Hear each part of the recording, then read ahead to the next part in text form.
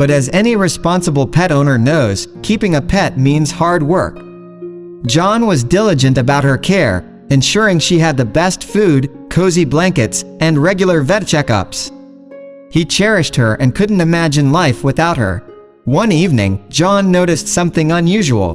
Daisy's tiny nose had become swollen and a deep shade of red. His heart sank, seeing her in discomfort, and he knew he had to act quickly. Without hesitation, he scooped her up, carefully cradling her in his arms, and rushed her to the nearest veterinary clinic. The vet's office was a whirlwind of activity, filled with anxious pet owners and their furry companions. Daisy, in John's arms, was trembling, her breathing shallow. He had never seen her so vulnerable. The veterinarian, Drive Martinez, examined Daisy with a furrowed brow. Her swollen nose was a cause for concern. The medical team quickly gathered, and they performed a thorough examination. It didn't take long for them to deliver the shocking news.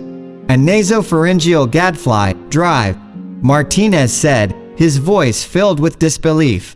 John's heart sank further as he looked at the doctor in confusion. "What's that, Doc? Can you fix it?"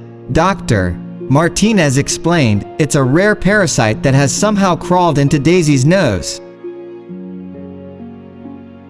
These gadflies don't typically seek contact with animals, but they can lay eggs in them if they come into close proximity.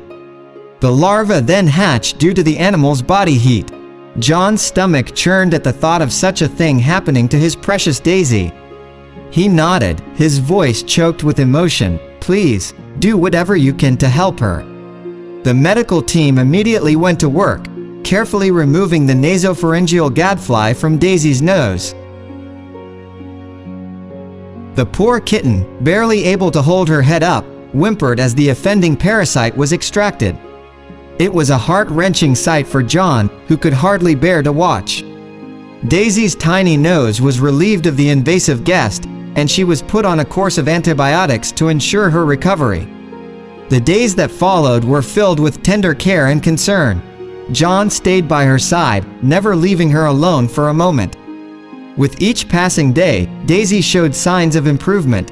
Her nose gradually returned to its normal size, and her playfulness returned. She pounced and chased her toys, and her purring, once again, brought comfort and peace to John's life.